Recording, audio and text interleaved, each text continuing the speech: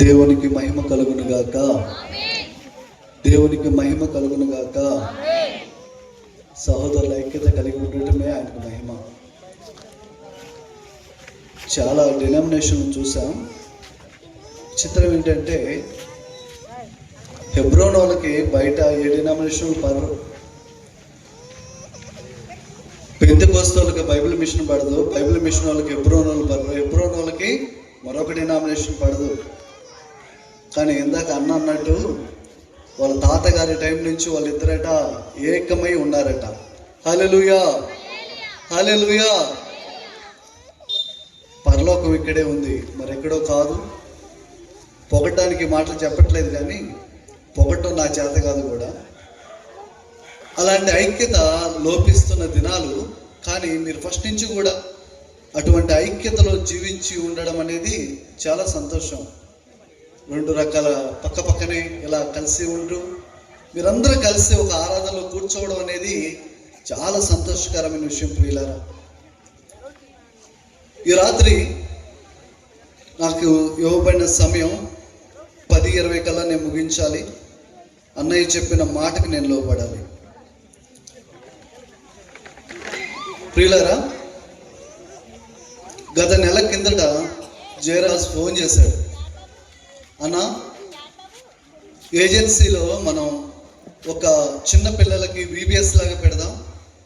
గొడ్డు మామిడి అనే ప్రాంతంలో వాళ్ళకి వస్త్రాలతో పాటు భోజనం పెట్టి ఒక దినం వాళ్ళతో గడిపి అక్కడ చిన్న కార్యక్రమం చేద్దాం. గొడ్డు మామిడిలో 24 కుటుంబాలు ఉంటాయి. అందరూ కూడా PDG అనే తెగకు చెందినవారు. ఎన్నో సంవత్సరాలుగా, సుమారు 10 సంవత్సరాలుగా వీరు ఆ ప్రాంతాన్ని కలిగి తిరుగుతూ ఉన్నారు. వీళ్ళు తిరుగుతూ ఉండగా దేవుడు అక్కడ కార్యం జరిగిస్తూ వస్తున్నాడు. కొన్ని కుటుంబాలు మాటిస్తున్నాయి కూర్చోవడానికి. మేము కూడా యేసు ప్రభువుని నమ్ముకుంటామని వాళ్ళు అంగీకరించడానికి సిద్ధంగా ఉంటున్నారు. ఈ సమయంలో అటువంటి ఒక చిన్న ప్రోగ్రాం పెట్టి అక్కడ చిన్న సంఘ స్థాపన చేస్తే బాగుంటుంది అనే ఒక తలంపు. రెండవదిగా, అక్కడ కొన్ని గ్రామాలు ఉన్నాయి. ఇప్పుడు చెప్పిన గొడ్డు మామిడి అయితేమి, పాటిపల్లి అనే 2 వీధులైతేమి, గణిక, సీడి వలస, బందకొండ, డీరాపల్లి, ఒక 6 గ్రామాలు ఉన్నాయి. ఈ 6 గ్రామాల్లో దగ్గరగా ఒక 100-120 మంది పిల్లలు ఉన్నారు. వాళ్ళందరూ కూడా అన్యులే. విచిత్రం ఏంటంటే పిల్లలు చాలా ఆసక్తి ఏజెన్సీలో. ఒక్కసారి VBSకి తీసుకెళ్తే వాళ్ళు వదిలిపెట్టరు. అన్నా, ఎప్పుడు EBS మేము వస్తామంటారు. చెప్పన్నా, మే నెల వచ్చింది కదా VBS ఎప్పుడో చెప్పని అంటారు అనమాట. అలా ఉంటారు వాళ్ళు పిల్లలు, చాలా ఆసక్తి అనమాట. సరే, డేట్లు ఫిక్స్ చేయాలని అనుకున్నాం. దాంతోపాటుగా జయరాజు ఇంకొక మాట అన్నాడు. అన్న, ఈ సంవత్సరం కొత్తగా మేము ఒక 3 దినాలు మే నెలలో కూడిక కలిగి ఉండాలనుకుంటున్నాం. ఆ కూడిక కూడా ఎందుకు అంటే ఏజెన్సీ ప్రాంతానికి అనుకూలంగా దాన్ని మార్చడమే మా ఉద్దేశము, మరొకటి ఏదో కాదు. వాటికి డేట్లు మాకు ఇవ్వండి అన్నాడు అనమాట. నిజం చెప్పాలంటే ఈ ఖర్చు అంతా ఇక్కడ ఉన్న యూత్ పెట్టారు. ఇక్కడ ఉన్నటువంటి చైర్లు కానీ, ఇక్కడ ఉన్నటువంటి మైక్ సిస్టమ్ కానీ, ఇక్కడ ఉన్నటువంటి రెడీ చేసిన ఫుడ్ కానీ, దీనికి డబ్బులు నేనేమన్నా ఇచ్చానా? నన్ను అడగడం ఏంటి విచిత్రం కాకపోతే?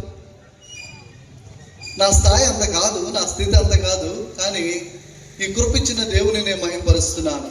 హల్లెలూయా. ప్రియులారా, ఇది చాలా ప్రయాసతో కూడిన పనిగా ఉంది.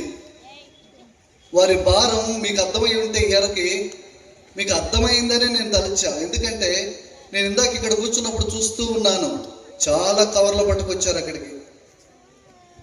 వీళ్ళ భారం ఏంటో, వీళ్ళ తపన ఏంటో, వీళ్ళ మనసు ఏంటో, వీళ్ళ ఐక్యత ఏంటో, వీళ్ళు దేని కొరకు ఈ ఐక్యత కలిగి ఉన్నారో మీకు అర్థం చేసుకుంటున్నారని నాకు అర్థమవుతుంది ఇప్పుడు. వాళ్ళ పేరు కొరకు కాదు, వారి ప్రఖ్యాతి కొరకు కాదు, ఘనంగా చిన్నపేట లేదా మీటింగ్ చేస్తామని గొప్పలు చెప్పుకోవడానికి కాదు. కానీ ఇది వారు ఒక దర్శనంతో దీన్ని ఏర్పాటు చేసుకుంటూ వచ్చారు. ఈరోజు రాత్రి కొన్ని విషయాలు వాక్యంలో నుంచి చూసి ఏజెన్సీలో ఉండేటువంటి పరిస్థితులు ఏంటో మీకు చెప్పాలని నేను ఆశపడుతున్నాను. ప్రతి చోట నేను ప్రతిసారి వచ్చినప్పుడల్లా ఏదో కొన్ని మాటలు వాక్యం చెప్పేసి వెళ్ళిపోతున్నా. అక్కడ పరిస్థితులు మీకు తెలియదు, నిజంగా తెలియదు. నాకేదో తెలుసని కాదు. మార్చి 30వ తారీఖు 2022లో నేను ఉక్కుపేటలో అడుగుపెట్టాను. ఆనాటి నుండి ఈనాటి వరకు గత 3 సంవత్సరాల ఈ యొక్క 2 నెలలు దగ్గర గడుస్తున్నాయి అనుకుందాం. ఈ 3 సంవత్సరాల 2 నెలల్లో ఏజెన్సీలో కొన్ని వందల గ్రామాలు తిరగడానికి, అక్కడున్న పరిస్థితుల్ని అబ్జర్వ్ చేయడానికి నాకు కృపించాడు దేవుడు. అక్కడున్న పరిస్థితులు కొన్ని మీకు వివరించి చెప్పే ప్రయత్నం చేస్తాను. మీరేదో ఇస్తారని నేను చెప్పట్లేదు సుమా.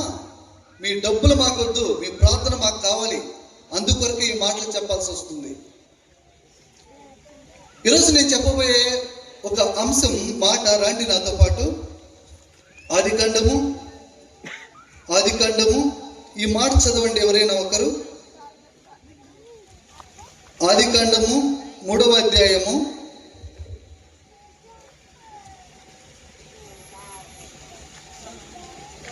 9వ వచనం ఎవరైనా ఒకరు చదవండి. దేవుడైన యెహోవా ఆదామును పిలిచి, చాలు, నీవు ఎక్కడ ఉన్నావని ప్రార్థన. ప్రేమ నమ్మకల తండ్రి, నీ ఘనమైన శ్రేష్టమైన ఉన్నతమైన నామాన్ని బట్టి వందనాలు, స్తోత్రాలు రాజా. ఈ రాత్రికాల సమయంలో మేమంతా చేరి దేవా నిన్ను గణపరచగలిగినట్లుగా ఈ దినం మాకు ఇచ్చినందుకు వందనాలు. ఈ దినాన్ని చూడకుండా చాలా మంది చనిపోయారు, మరణ పడకల్లో హాస్పిటల్ పోలై ఉన్నారు. వాళ్ళకంటే యోగ్యులం గొప్పలం కాదు, అయినా మమ్మల్ని ఇంకా సజీవ లెక్కలో ఉంచినందుకు వందనాలు. మమ్మల్ని ఇంకా మా గొంతులో ప్రాణం ఉంచుతూ అయ్యా నేను స్తుతించగలిగే భాగ్యం మాకు ఇచ్చినందుకు వందనాలు నాయనా. ఈ రాత్రి నీ ఉద్దేశించిన ఉద్దేశాలు నెరవేర్చండి, నీ ప్రణాళికలు నెరవేర్చండి. వింటున్నా, చెప్తున్నా, నాకు అవసరమైన మాటలు మాకు దయచేయండి. ముందున్న దినాల కొరకు సిద్ధపరచండి. దినములు చెడ్డవి, బహు చెడ్డవి. చీకటి కమ్మి ఉన్నది, కటికి చీకటి జలముల మీద కమ్మి ఉన్నది.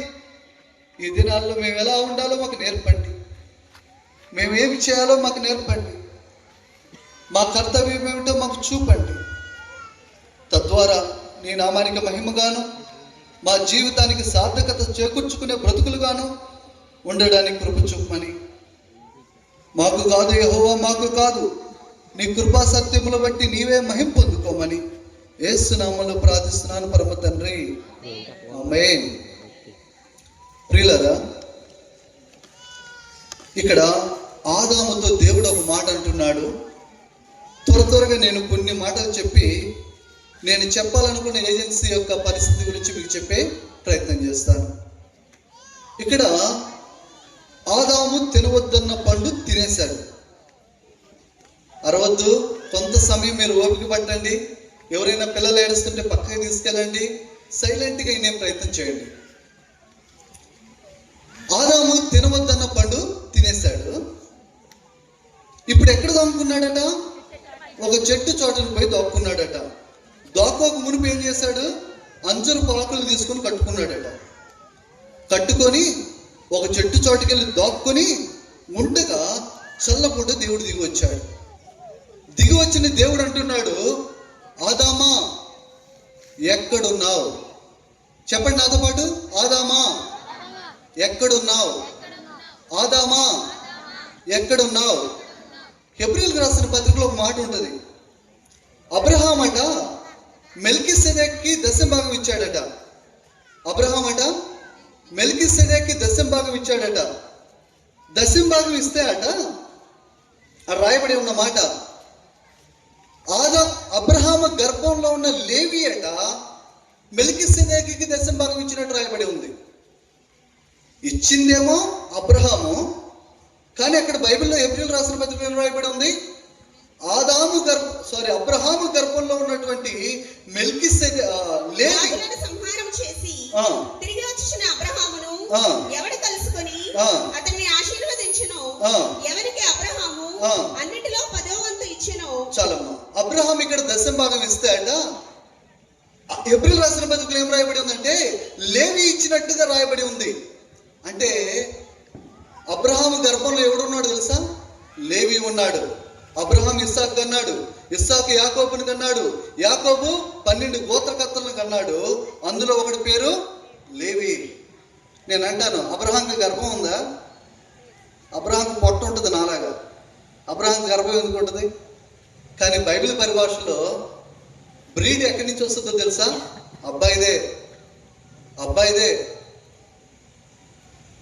అందుకే ఈ భూలోకంలో ఉన్న ప్రతి ఒక్కడు ఎవడో తెలుసా?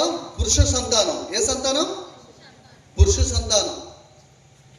అందుకే ఏ సర్టిఫికేట్లో కూడా మీరు చూస్తే నా పేరు మాదిరెడ్డి చంద్రమౌళి, సన్ ఆఫ్, మా అమ్మ రాయం, మదర్ ఆఫ్ అని రాయం, ఎక్కడ సన్ ఆఫ్ అని రాస్తాం.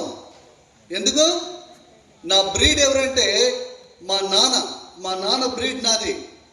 కానీ యేసుక్రీస్తు ఒక్కడే స్త్రీ సంతానంగా ఈ లోకానికి రావడం జరిగింది. సరే, అది పక్కన పెడదాం. ఆదాము గర్భంలో ఇప్పుడు ఎవరున్నారంట? అబ్రహాం గర్భంలో లేవి ఉంటే ఆదాము గర్భంలో ఎవరున్నారంట? ఈ భూమి మీద ఉన్నటువంటి 800 కోట్ల మంది ఎవరి గర్భంలో నుంచి వచ్చారో తెలుసా? ఆదాము గర్భంలో నుండి వచ్చిన వాళ్ళమే. ఆ రోజు ఆదాముని అడుగుతున్నాడు, ఆదామా నువ్వెక్కడ? అక్కడ నీ పేరు రాసుకో. ఈరోజు ఆదాం అనే ప్లేస్లో నీ పేరు రాసుకో. చంద్రమౌళి నువ్వెక్కడున్నావు అంటున్నాడు ఈరోజు. చంద్రమౌళి, అది నా పేరు పెట్టుకుంటా, ఇక్కడ మీ పేరు పెట్టుకోండి. పలకండి నాతో పాటు, మీ పేరు చెప్పండి.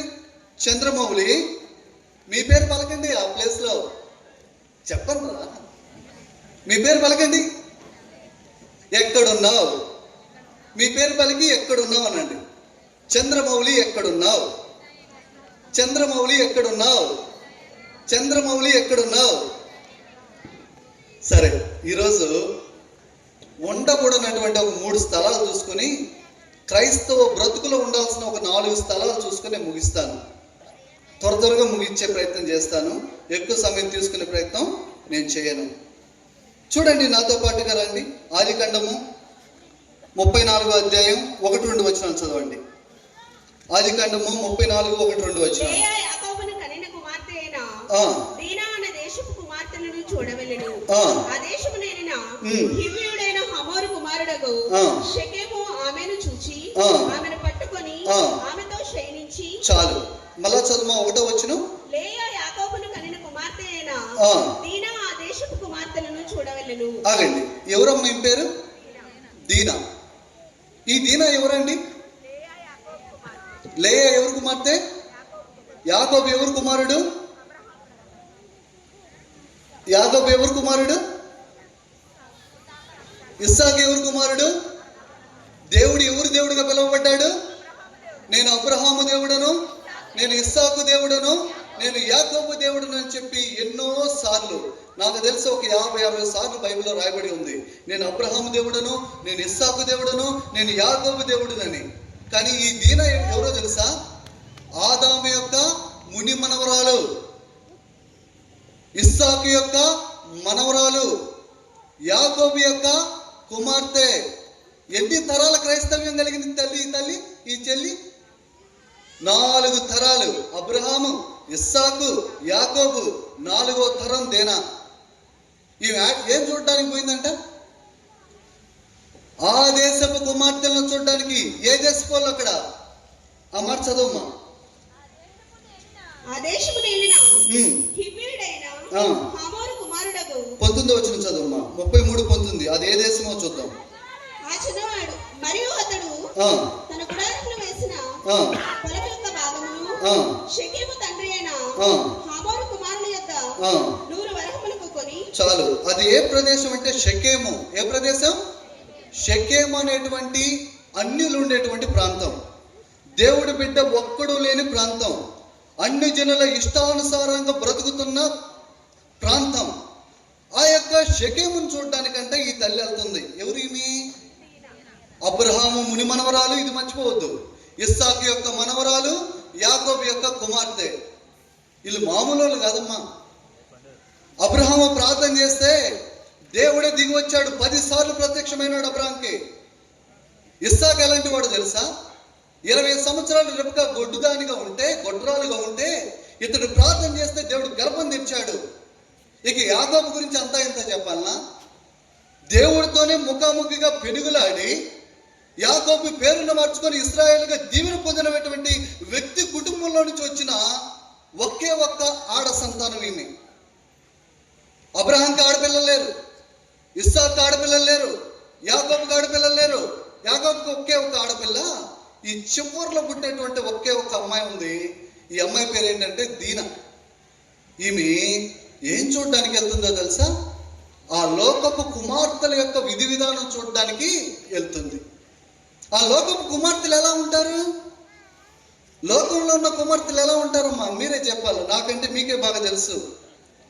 తల మొదలుకొని అరికాలు వరకు లోకంలో ఉన్న ఆడపిల్లలు ఎలా ఉంటారో చెప్పండి. మీ జడలు చూస్తుంటే చాలా బాగున్నాయి. ఒకసారి మా ఏజెన్సీ పాడేరు ప్రాంతానికి రండి. ఏదైనా నామకరణం కానీ, పెళ్ళిళ్ళు కానీ, తద్దినాలు కానీ జరిగేటప్పుడు అమ్మాయిలు ఎలా రెడీ అవుతారో చూద్దరు. కానీ రింగులు తిప్పుతారు. ఇక్కడి నుంచి తిప్పుకుంటూ వస్తారనమాట. భయంకరంగా తిప్పుతారు. అన్ని జడలు ఎవరు నేర్పారో నాకు అర్థం కాదు. అసలు అందరికి అదే దూవెన ఉంటుంది కదా, అన్ని వంకులతో ఎలా దూవుకోగలుగుతారో నాకు అర్థం కాదు. ఇక్కడి నుంచి మొదలు పెడతారు, ఇది ఎట్లా వస్తుంది అన్నమాట. ఏం చూడడానికి వెళ్తుంది? ఆ అమ్మాయి ఎలా తలదూకుంటుంది, ఆ అమ్మాయి ఎలా దువ్వెంతో ఎలా ఎలా అల్లుకుంటుంది, అమ్మాయి ఎంత అందంగా తల శిరోజాలను, ఈ యొక్క కురులను రెడీ చేసుకుంటుంది. ఏం చూడడానికి వెళ్ళింది మరి? అయితే చెప్పండి నాకు, దేనమ్మ ఏం చూడడానికి వెళ్ళింది? ఆ దేశపు కుమార్తెల పద్ధతిని చూసి నేర్చుకోవడానికి వెళ్తున్నామే.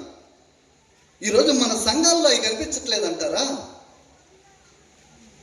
ఆమె చూడడానికి వెళ్ళింది కేవలం అక్కడున్న అమ్మాయిలే కాదు, ఆడపిల్లలే కాదు, ఆ ఆడపిల్లల యొక్క విధి విధానాలన్నీ తీసుకురావడానికి వెళ్తుంది ఆమె. హైబ్రోల కటింగ్ ఎక్కడ నేర్చుకున్నాం? అది ద్వితీయోపదేశకాండంలో ఉంటుంది. ఇవి కానీ గురిగించుకున్నవాడు అంటే శాపగ్రస్తుడట. ఏ గురిగించుకున్నవాడు? ఈరోజు మన పెళ్లి కుమార్తెను చేయాలన్నా కూడా గురిగేయాలి. ఆల్రెడీ దేవుడు ఇచ్చాడు కదా, ఇక్కడ చక్కగానే బాగున్నాం కదా. ఏం తక్కువైంది మనకి? దేవుడు నిజంగా ఏదన్నా తక్కువ అయ్యే పని అయితే ఇట్లా ఎందుకు తయారు చేస్తాడు మనల్ని? దేవుడు ఆల్రెడీ కావాల్సినంత, నువ్వు అందంగా ఉండదగినంత ఆల్రెడీ ఇచ్చేసాడు. ఇంకేదన్నా కావాలంటే ఆయన రెడీ చేస్తే పెట్టేవాడు. ఒక ఆయన అన్నాడు ఇట్లాగా, నిజంగా వడ్డేనాలు ఏదేది ఇక్కడి నుంచి సరుళ్ళు, లేకపోతే ఇక్కడి నుంచి ఏయో తల్లి గర్భంలో నుంచి అవసరమైతే తల్లి గర్భంలో నుంచి పుట్టేటప్పుడు ఇచ్చేవాడు కదా. దాని మీనింగ్ ఏంటి? నీకు అవసరం లేదని అర్థం. దాని అర్థం నువ్వు కొత్తగా ఏం దిగేసుకోవల్లే. మా ఊర్లో ఒక అతను ఉన్నాడు, ఆయన పేరు వెంకటరెడ్డి. వాళ్ళ ఆవిడ మా ఊరు రాములవర్తన జరిగేటప్పుడు ఆడవాళ్ళంతా ఇక్కడ దాకా దిగేసుకుంటారు, పెద్ద. ఎందుకో కొన్ని అప్పులయ్యి ఆ నగలన్నీ తీసుకెళ్ళి బ్యాంకులో పెట్టాడు. తిరణాల దగ్గరకు వచ్చింది, భార్య పోడు. ఏంటి పోడు? అందరు ఆడవాళ్ళు దిగేసుకొస్తారు, నేను దిగేసుకోకపోతే నన్ను చీప్ అయిపోనా అంటది. మన పరిస్థితి నీకు తెలుసు కదా, మన ఇంట్లో పరిస్థితి. ఎన్ని అప్పులయ్యి ఉన్నాము, ఇప్పుడు అవి తీయాలంటే డబ్బులు కావాలి, యా నుంచి వస్తాయని చెప్పి ఈయన కోపం మాట అని వెళ్ళిపోయాడు. మళ్ళా వచ్చి చూసేసరికి ఉడి పెట్టుకుని చచ్చిపోయింది. 2 మగపిల్లలకి. ఇప్పుడు ఆ పిల్లలు ఏమైపోయినారు? అనాథలు అయిపోయినారు. ఆమె దేనికి చచ్చింది? దిగేసుకుని లేక. ఈరోజు మన కోరికలు కూడా ఎలా ఉంటాయంటే దేనమ్మలాగే. వాళ్ళు ఎలా ఉండరు, వాళ్ళు ఎలా రెడీ అవుతున్నారు? ప్రియులారా, ఆమె ఏం చూడడానికి వెళ్తుందంటే ఆ షెకెములో ఉన్నటువంటి కుమార్తెలను చూడ వెళ్తుంది. దేవుడి బిడ్డలు కాదు, ప్రార్థనా పరులను కాదు, ప్రార్థనా స్త్రీలు ఎలా ఉంటారో వాళ్ళు కాదు, లోకంలో ఉన్న కుమార్తెలు ఎలా ఉన్నారో వాళ్ళని చూడడానికి వెళ్తుంది. ఇవి వాళ్ళు ఎలాంటి బట్టలు వేసుకుంటారు, వాళ్ళు ఎలా సింగారించుకుంటారు, వాళ్ళు ఎలాంటి సెంట్లు వాడతారు, వాళ్ళు ఎలాంటి హై హీల్స్ వేసుకుంటారు, వాళ్ళు ఎలాంటి తాళ్ళు కట్టుకుంటారు. ఈ మధ్య చూసారో లేదు మీరు, ఇక్కడ చాలా మంది కట్టేసుకుంటున్నారు. క్రైస్తవుల పిల్లల గురించి చెప్తున్నాను, బయట వాళ్ళ గురించి పక్కన పెట్టండి. తాళ్ళు ఎందుకు కట్టుకుంటారమ్మా? దిష్టి అంతా యేసుప్రభు తీసేసుకున్నాడు, ఇంకెక్కడ దిష్టి? మీ పాపం అంతా యేసుప్రభు తీసేసుకున్నాడు సిలువలో, ఇంకెక్కడది దిష్టి? కొన్నిసార్లు ఇళ్లలోకి వెళ్ళేటప్పుడు ఆ ఇంటి దగ్గర కానీ చూస్తే ఒక ఇనప కడ్డి వేసి ఉంటారు, చీపురు కట్టేసి ఉంటారు. ఎందుకంటే అది దాటుకొని రాదంట దెయ్యం. ఏది? ఆ చీపురు కట్టిని, ఆ ఇనప కట్టిని అంటే దాటుకుని దెయ్యం రాదంట. ఈ చీపురు కట్టకే భయపడేవాడైతే యేసు ప్రభు సిలువలో ఎందుకు చావాలి? నాకు అర్థం కాదు. చీపురు కట్టకి దెయ్యం భయపడేవాడైతే యేసు ప్రభు సిలువలో ఎందుకు చచ్చిపోవాలి? మీరు చెప్పండి, నాకు అర్థం కాదు. ఈరోజు చాలా లోకాచారాలు మన జీవితాల్లో ఉన్నాయి. ఇర్మియా గ్రంథం 10వ అధ్యాయం 2వ వచనం ఒకసారి చదవండి అమ్మా. ఇర్మియా గ్రంథం 10వ అధ్యాయం 2వ వచనం త్వరగా. యెహోవా సెలవిచ్చినది ఏమనగా, ఆ, అన్యజనుల ఆచారములను అభ్యసించుకుడి. ఆగమ్మా, ఏ జనాలు? అన్యజనుల అన్ని జనులు ఆచారములను ఆ, అభ్యసింపకుడి. చాలు. ఏ జనులు అంటే అన్ని జనులు. మనం ప్రభులోకి వచ్చాం, ఇక మీదట వాళ్ళ ఆచారాలు మనకి వద్దనే వద్దని వాక్యం సెలవిస్తుంది. చూడండి, దీనమ్మ దేవుని చూడడానికి వెళ్ళిందంటే ఈ లోక ఆకర్షణను చూడడానికి వెళ్ళి మొత్తానికి ఏమైపోయింది? కమిట్ అయిపోయింది, పాపంలో పడిపోయింది, మొత్తానికి ఆడేదో తేడా జరిగిపోయింది, జీవితమే నాశనం పోయింది. నేను అంటాను, 34వ అధ్యాయం తర్వాత ఎక్కడన్నా దీనం కనిపించింది మీకు? 34వ అధ్యాయం తర్వాత బైబిల్లో ఎక్కడైనా దీనా అనే పేరు రాస్తుందా? చెప్పండి నాకు. అబ్రహాం పేరు రాస్తుంది, ఇస్సాకు పేరు రాస్తుంది, యాకోబు పేరు రాస్తుంది, 12 మంది గోత్రకర్తల పేరు రాస్తుంది. ప్రకటన గ్రంథంలో కూడా కనిపిస్తుంది. కానీ ఈ ఒక్క పేరు కనిపిది ఎక్కడ? ఈ ఒక్క చోట ఉంది. ఈ 2-3 వచనాల్లో ఉంది, తర్వాత పోయింది. అర్ధాంతరంగా ఎట్టపోయిందో మరి. జాగ్రత్త ప్రియులారా, అర్ధాంతరంగా వెళ్ళిపోతాం మన బ్రతుకులు. ఆయన అన్నాడు ఒక మాట, ఏమన్నాడు తెలుసా? నేను ఫిలిస్తీన్ల కుమార్తెల్లో ఒక కుమార్తెను చూచి తిని, ఆమె చాలా సౌందర్యవతి, ఆమె నాకు ఇష్టమైనది, నాకు ఇచ్చి పెళ్లి చేయండి అంటే వాళ్ళ అమ్మ అంటది ఒక మాట. ఏమంటదో తెలుసా? ఒరే నాయన, నీకు పెళ్లి చేసుకోవడానికి మన ఊర్లో ఎవరు లేరురా? మన గోత్రంలో, మనుష్య గోత్రంలో ఎవరు లేరా?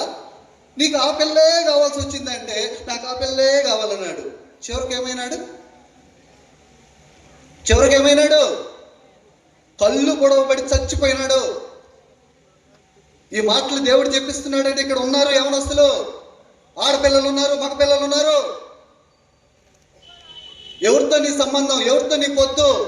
నీ ఫోన్లో చాటింగ్ ఎవరితో? చెడిపోయిన లోకంలో, చెడిపోతున్న సమాజంలో, చెడిపోతున్న క్రైస్తవ సంఘాల్లో మనం బ్రతుకుతున్నాం. నేను అబద్ధాలు చెప్పట్లేదు, నేను నిజమే మాట్లాడుతున్నా, ఆవేశపడటం లేదు, ఉన్న మాట చెప్తున్నా. ఆ పిల్ల నాకు ఇష్టం, చెయ్యి, లేకపోతే ఊరేసుకుని వస్తా, లేకపోతే ముందాక వస్తా. ఎవరిని బెదిరిస్తావు? సావు. ఆడపిల్లలు కూడా అంతే. వాడే నాకు ఇష్టం. వాడు దేవుని నమ్ముకోలేదే, వాడు బాప్తిసం తీసుకోలేదే, వాడు చర్చికే రాడే, వాడికి మారు మనసలేదే, వాడే నాకు ఇష్టం, వాడు బాగుంటాడు, వాడు బండి ఉంది, వాడు కారు ఉంది. బండి జీవితాన్ని కడతదా? ఇల్లులు జీవితాన్ని కడతాయా? నగలు లేకపోతే వాడు కట్టుకున్న డూప్లెక్స్ బిల్డింగ్ ని జీవితాన్ని కడతదా?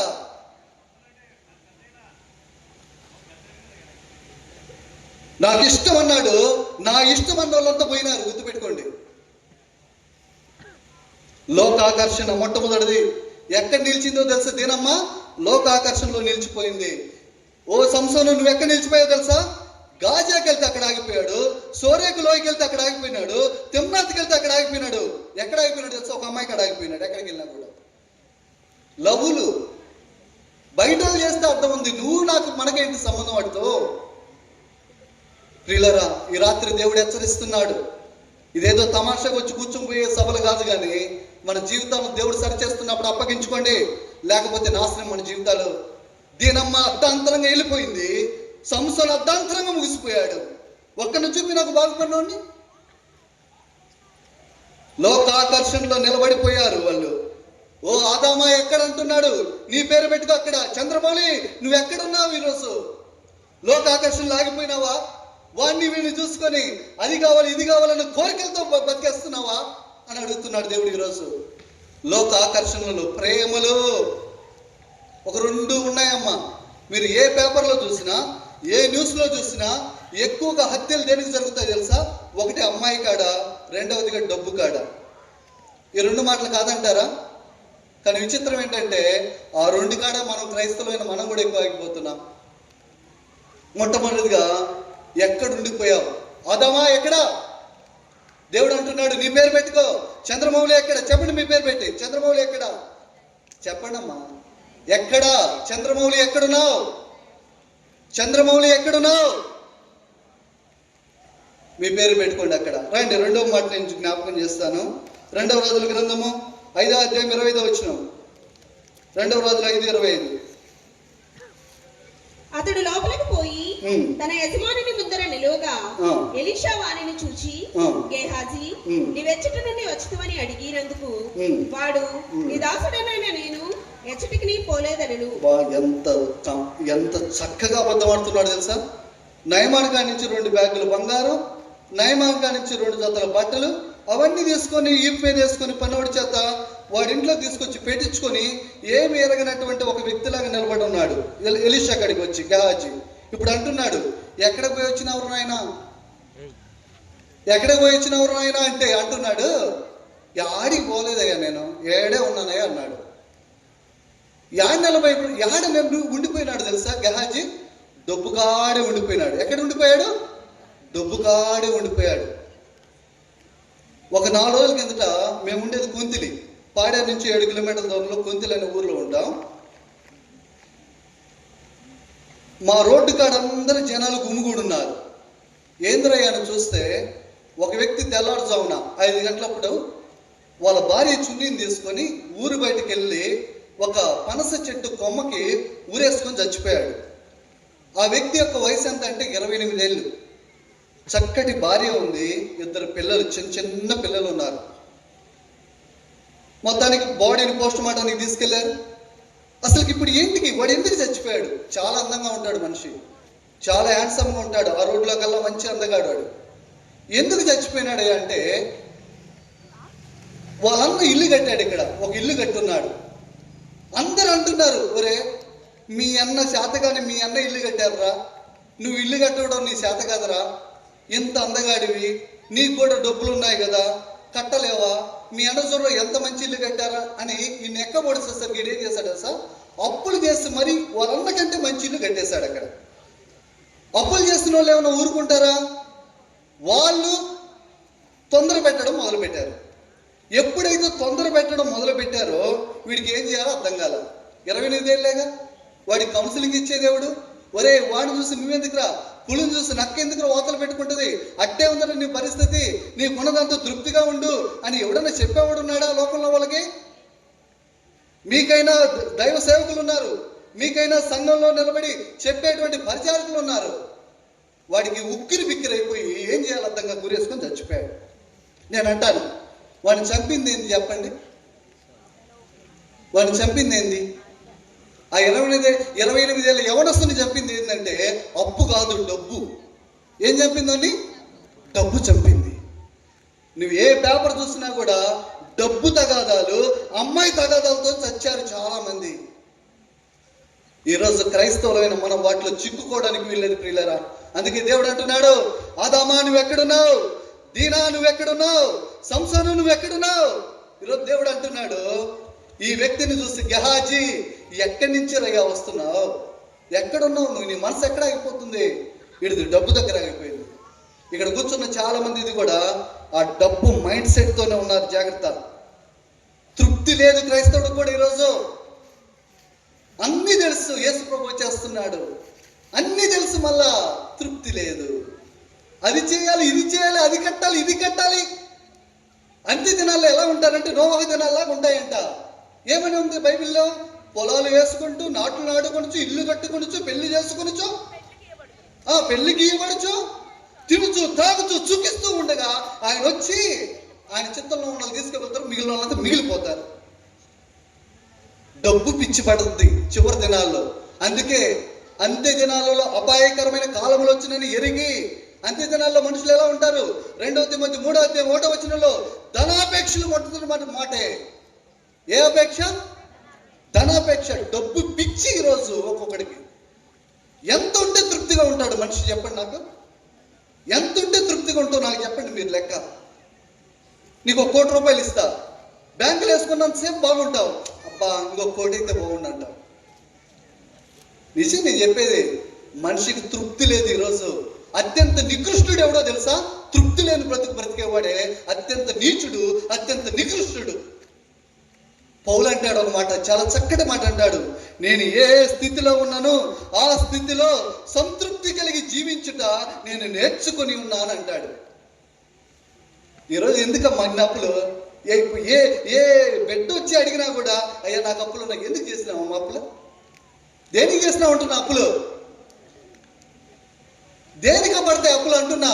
ఇల్లు కట్టడానికి అప్పు, పెళ్లి చేయడానికి అప్పు, తద్దినాలకు అప్పు, పుట్టినరోజులకు అప్పులు. ఎవడు చేయమన్నాడు అప్పులు? మళ్ళా ప్రార్థన రిక్వెస్ట్ ఒకటి, ఎచ్చులకు పోవడం ఒకటి, అప్పులు అనడం ఒకటి. తృప్తి లేని బ్రతుకులు ఈరోజు మా క్రైస్తవుడి జీవితంలో. తప్పు పట్టట్లేదు నేను, ప్రియులారా అర్థం చేసుకోండి. స్తోమతకి మించి, స్థాయికి మించి వాడిని చూసి ఈయన చూస్తే. నాకు తెలిసిన ఒక దైవజనుడు ఉన్నాడు, తన కూతురు పెళ్లిని 5,000తో చేసేసాడు. 5,000తో కూతురు పెళ్లి చేసేసాడు. ఈరోజు నువ్వు నేను పెళ్లి చేయాలంటే 20 లక్షలు 30 లక్షలు. వాడు చూడాలి, వీడు చూడాలి, ఎవడు చూడాలి? వాడు తినేసిపోతాడు. తర్వాత నువ్వు నాన్న తిప్పలు పడాలి. నాకు తెలిసిన ఒక స్నేహితుడు ఉన్నాడు, సుధీర్.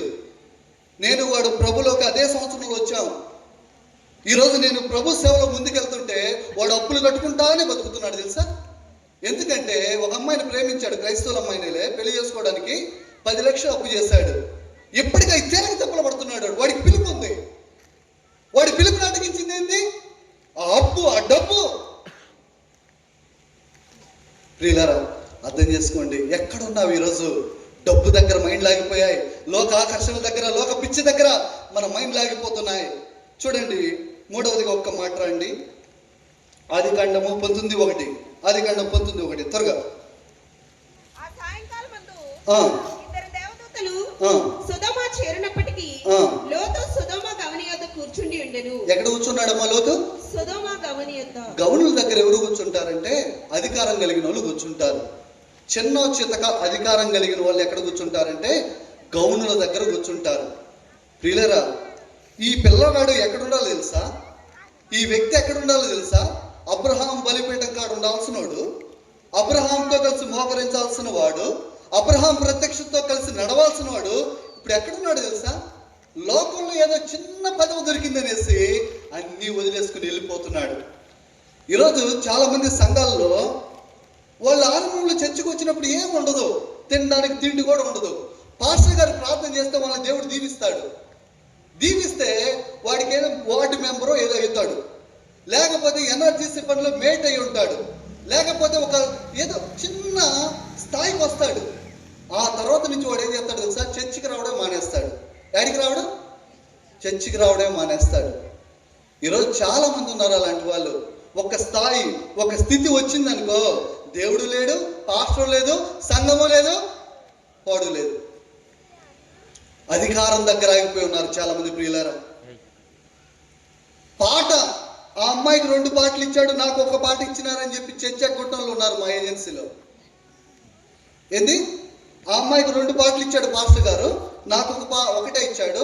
అమ్మాయి దశంభాగం ఎంత ఇస్తుంది, నేను ఎంత ఇస్తాను, నేనే ఎక్కువ ఇస్తాను, నాకు కదా 2 పాటలు ఇవ్వాల్సిందని చెప్పి ఇలా గొడవ పెట్టుకుని ఎగ్గొట్టిన వాళ్ళు కూడా బోల్డ్ మంది ఉన్నారు. వాళ్ళు ఏం కోరుకుంటున్నారు సంఘంలో? అధికారాలు. నేను గొప్ప, నేను గొప్ప. నేను ఒక మాట చెప్పను మీకు, దావీదు పాటలో అంతఃపురంలో కంటే అరణ్యంలో ఎక్కువ పాడుకున్నాడు. హల్లెలూయా, హల్లెలూయా. ఎందుకంటే మైక్ కోసం కొట్టుకుంటున్నాం మనం ఈరోజు. పాస్టర్ గారు ఇందాక వద్దున్నా కూడా, సారీ నేను ఆ మాట అనడానికి ఇష్టపడటం లేదు, కానీ ఎవరు చూడాలి మన ఈ పాట? మనుషులా? ఎవరు చూడాలి మన పాట? ఎవడినాలి మన గొంతు? ఆయన స్తుతించాలి, ఆయన సంతోష పెట్టాలి, ఆయన ఆనందపరచాలి. నువ్వు పొలం పనులకు వెళ్తావు పాడు, గేదెల కాడికి వెళ్తావు పాడుకో, ఒంటరిగా బాత్రూంలో ఉంటావు పాడుకో, గొంతు చించుకొని పాడు దేవుడికి. అదుల్లాము గుహలో దావీదు తప్ప ఎవడున్నాడు చెప్పండి, నాకు అర్థం కాక అడుగుతాను. ఒక్కడే పాడుకున్నాడమ్మా. ఆ పాటల దేవుడికి నీ గొప్ప రాజుని చేసేసాడు. మనుషుల దగ్గర పాడలే దావీదు, అరణ్యంలో పాడాడు సింగిల్గా. దేవుడు అతన్ని ఉన్నతమైన స్థాయికి తీసుకొచ్చాడు. ఈరోజు నువ్వు ఎక్కడున్నావు? లోక ఆశలు, లోక ఆకర్షణల దగ్గర ఆగిపోయావా? అమ్మాయి అనుకుంటూ, అబ్బాయి అనుకుంటూ, ప్రేమ అనుకుంటూ లోకాకర్షణలు ఆగిపోయావా? దీనా సంసోన్ లాగా, లేకపోతే గెహాజీ లాగా డబ్బు సంచి కాడ ఆ డబ్బు, ఉద్యోగం, వ్యాపారం అనుకుంటూ ఆడ ఆగిపోయావా? లేకపోతే ఇదో నాకు ఒక చిన్న పదవి, నాకు ఒక చిన్న ఉద్యోగం, నాకు ఒక చిన్న స్థాయి అనుకుంటూ అక్కడ ఆగిపోయావేమో. దేవుడు అంటున్నాడు, ఎక్కడ నిల్చున్నావు ఈరోజు? అదమ్మా ఎక్కడ అంటున్నాడు దేవుడు ఈరోజు. ఈ 3 విషయాలు గుర్తుపెట్టుకోండి. ఈ 3 చోట్ల నుంచి మనం దూరం అవుదాం. లోకాకర్షణల నుంచి, డబ్బు యొక్క పరిస్థితి నుంచి, ఈ అధికారం అనే స్థాయి నుంచి మనం వాటి దగ్గర నుంచి మనం దూరం అవుదాం. అయితే ఒక 3 చెప్పి నేను త్వరగా ముందుకెళ్తాను. మనం ఎక్కడ నిలిచి ఉండాలి? రండి, లూకాసు వార్త 10వ అధ్యాయము ఈ మాట చదువురా. 38 నుంచి చదవండి.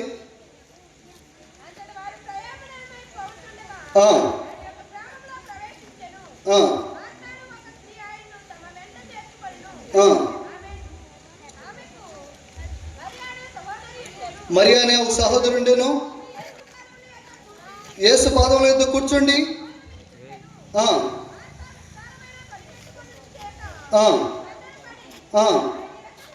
ఆయన వద్దకు వచ్చి, ప్రభువా, నేను ఒంటరిగా పనిచేయుటకు నా సహోదరి నన్ను విడిచిపెట్టినందున నీకు చింత లేదా? నాకు సహాయం చేయమని ఆమెతో చెప్పమనెను. అందుకు ప్రభు, మార్తా మార్తా, నీవు అనేకమైన పనుల గురించి విచారం కలిగి తొందరపడుచున్నావు, కానీ అవసరమైనది ఒక్కటే. చాలమ్మా, చాలు. అవసరమైనది ఒక్కటే. చెప్పండి, అవసరమైనది ఒక్కటే. చెప్పండి, అవసరమైనది ఒక్కటే. అవసరమైనది ఒక్కటే. చూడండి, చర్చికి వచ్చే వాళ్ళలో 2 బ్యాచ్లు ఉన్నాయి. ఒక బ్యాచ్ ఏంటో తెలుసా? వీళ్ళు ప్రభు కొరకే పనిచేస్తారు. వీళ్ళు ప్రభు కొరకు అన్నాలు వండుతారు, వీళ్ళు ప్రభు కొరకు పట్టలేస్తారు, వీళ్ళు ప్రభు కొరకు కుర్చీలు వేస్తారు, వీళ్ళు ప్రభు కొరకు సౌండ్ సిస్టమ్ రెడీ చేస్తారు, వీళ్ళు ప్రభు కొరకు స్టేజీలు రెడీ చేస్తారు, వీళ్ళు ప్రభు కొరకు ఏ పనైనా చేయడానికి సిద్ధమవుతారు. కానీ ప్రభు పాదాల వద్ద కూర్చోవడానికి మాత్రం ఇష్టపడరు. అందుకే ఆడు అంటున్నాడు, మార్తా మార్తా, నువ్వు అనేకమైన పనుల కోసం నువ్వు చింతపడుతున్నావు, కానీ అవసరమైనది ఒక్కటే మార్తా, అది రక్షణ. నేను అంటాను, ఎంతమంది ఇక్కడ రక్షణ పొందున్నారన్న నిర్ధారణ కలిగి ఉన్నారు? చేయొద్దండి ఒకసారి. నేను రక్షణ పొంది ఉన్నానన్న వాళ్ళు చేయొద్దండి. ఈరోజు చచ్చిపోతే నేను దేవుడితో ఉంటానన్న వాళ్ళు చేయొద్దండి. ఎవరు చేయలేదేంటి? ఒకసారి ఎత్తండి, మళ్ళీ చూడాలి నేను. హల్లెలూయా. ఓకే ప్రియులారా, ఇక్కడ మరియా ఏమి చేస్తుందో అంటే, యేసు ప్రభు యొక్క పాదాల వద్ద చేరి కూర్చొని ఆయన చెప్పిన బోధ విని రక్షణ పొందుకుంటున్న స్థితిలో ఉంది. మార్త మాత్రం దేవుడి కాడే ఉంటుంది, దేవుడి చుట్టూ తిరుగుతుంది, దేవుడిచ్చేటువంటి రక్షణ తీసుకోలేనటువంటి పరిస్థితిలో ఉంటూ వస్తుంది. నేను ఈ 2 జంటలతో పోలుస్తున్నాను. అందరం క్రైస్తవులమే. 2 గుంపులు ఉన్నాయి ఇక్కడ. బుద్ధి కలిగిన కన్యకలు, బుద్ధి లేని కన్యకలు. బుద్ధి కలిగిన కన్యకలు మాత్రం లోపలికి వెళ్ళారు, బుద్ధి లేని కన్యకలు మాత్రం విడవబడ్డారు. ఈరోజు ఏ బ్యాచ్ లో ఉన్నావు? మార్తా బ్యాచా? నువ్వు మరియ బ్యాచా? మరియ బ్యాచ్ అయితే దేవుడు ఆనందిస్తున్నాడు. ఆయనకేమో వంటలు చేసి పెట్టబల్లే, ఆయనకేమో భోజనం పెట్టబల్లే, ఆయనకి నువ్వు పెట్టేదేంటి? ఒకసారి శిష్యులు తీసుకొచ్చారు, అయ్యా తినయ్యా అంటే ఆయన ఏమన్నాడు తెలుసా? ఆ నశిస్తున్న ఆత్మలు రక్షించబడటమే, ఆ ఆత్మలు రక్షణలోకి రావడం నాకు కావాలం అన్నాడు. హల్లెలూయా, హల్లెలూయా. ప్రియులారా, ఈరోజు నువ్వు రక్షణ పొందావా? ఏ పాదాల వద్ద ఉండాలంటే యేసు ప్రభు పాదాల వద్ద ఉండాలి. ప్రియులారా, ఈరోజు మనం ఎంతసేపు బైబిల్ చదువుతున్నాం? ఎంతసేపు ప్రార్థన చేసుకోగలుగుతున్నాం? నీ జీవితంలో కుటుంబ ప్రార్థన కలిగి ఉంటున్నారా? మీ జీవితాలలో ఈ 3 విషయాలు మన జీవితంలో లేకపోతే మనం తప్పిపోయిన వారం అవుతాం ప్రియులారా. కాబట్టి జ్ఞాపకం చేసుకోండి, ఒక పాపాత్మరాలు ఉంది. ఆ ఊర్లోకి వెళ్ళి చెడిపోయిన స్త్రీ. ఆ యొక్క పరిసైడ్ ఇంట్లో యేసు ప్రభు ఉన్నాడని తెలిసి యేసు ప్రభు పాదాల వద్దకు పరుగున వచ్చాట. ఆమె ఏం చేసిందంటే కన్నీరు గారుస్తూ యేసు ప్రభు పాదాలను తడిపిందట. ఈ కురులను తీసట ఆ పాదాలను తుడిచిందట. ఆ తర్వాత అత్తరు పోసిందట. ఆ తర్వాత ముద్దు పెట్టుకుంటూ ఉన్నదట. బైబిల్ చెప్పబడుతుంది, ఆమె రక్షణ పొందిందని రాయబడి ఉంది. ఏ పాదాల వద్ద రక్షణ ఉంది ఈరోజు? యేసు యొక్క పాదాల వద్ద ఈరోజు రక్షణ ఉంది. మా పాడేరులో ఒక పాదాలు ఉన్నాయి, మోదకొండమ్మ పాదాలు అనే ఒక పాదాలు ఉంటాయి. మీరు పాడేరు రాండి చూస్తారు. ఆమె అక్కడెక్కడో ఉంది, పాదాలు మాత్రం అక్కడెక్కడ ఉన్నాయి. అట్లా ఉంటాయి నాకు దగ్గర. మనిషి ఎక్కడ ఉంటావు పాదాలు అక్కడ ఉంటాయి కదా. చాలా పాదాలు ఉన్నాయి. పాదాలు అయ్యగారి పాదాలు, చాలా పాదాలు ఉన్నాయి. కానీ ఏ పాదాలలో రక్షణ లేదు ప్రియులరా. యేసుక్రీస్తు పాదాల వద్ద ఎవరైతే పట్టుకోగలుగుతారో, ఎవరైతే ఆయన పాదాల వద్ద అయ్యా నేను పాపిని, నేను దుర్మార్గుణ్ణి, నా యొక్క జీవితం పాపం ప్రభా, నన్ను క్షమించు ప్రభా, నీ రక్తంతో కడుగు ప్రభా అంటే వాడిని కడిగి పవిత్రపరుస్తాడు. నేను ఒక మాట అంటాను, లోకంలో కూడా సామెత ఉంటుంది ఇట్లాగా, ఒరే నువ్వు పోయి వాడు పాదాలు పట్టుకోరా క్షమిస్తాడు అంటారుగా. యేసు ప్రభు కూడా అదే పట్టుకోవాలి. మనం క్షమించబడాలంటే, మన పాపాలు తొలగిపోవాలంటే, మన శాపం మన నుంచి దొరికిపోవాలంటే ఈరోజు పట్టుకోవాల్సిన పాదాలు ఒకే ఒక్క పాదాలు మన ప్రభువైన యేసుక్రీస్తు పాదాలు ప్రియులారా. కాబట్టి గుర్తుపెట్టుకోండి, రక్షణ అత్యంత ముఖ్యమైనది. ఈరోజు ఎక్కడ నిలిచి ఉన్నాం? మనం రక్షణలో నిలిచి ఉన్నామా? యేసు ప్రభు పాదాల వద్ద నిలిచి ఉన్నామా? పరిచర్య ఎంత ముఖ్యమో రక్షణ అంతకంటే ముఖ్యమైనది ప్రియులారా. భక్సింగ్ గారు ఆ మాట అంటాడు అనమాట, పరిచర్య కంటే ప్రభు పాదాలే గొప్ప అంటాడు ఆయన. ప్రభు పాదాల వద్ద పడి ఉండడమే ఆయనకి ఎక్కువ ఇంపార్టెన్స్ ఇస్తాడు ప్రియులారా. ఈరోజు మన జీవితాలలో ఆదామ ఎక్కడంటే, ఈరోజు లోకాకర్షణ నుంచి దూరం వెళ్దాం, డబ్బు నుంచి దూరం వెళ్దాం, అధికారాలు, లోక సంబంధ అధికారాల నుంచి దూరం వెళ్దాం. ఈరోజు మనం ఎక్కడ ఉండాలంటే రక్షణలో నిలిచి ఉండాలి. మొట్టమొదటిది రక్షణలో నిలిచి ఉండాలి. రండి, రెండవది మాట యెహెజ్కేలు గ్రంథం త్వరగా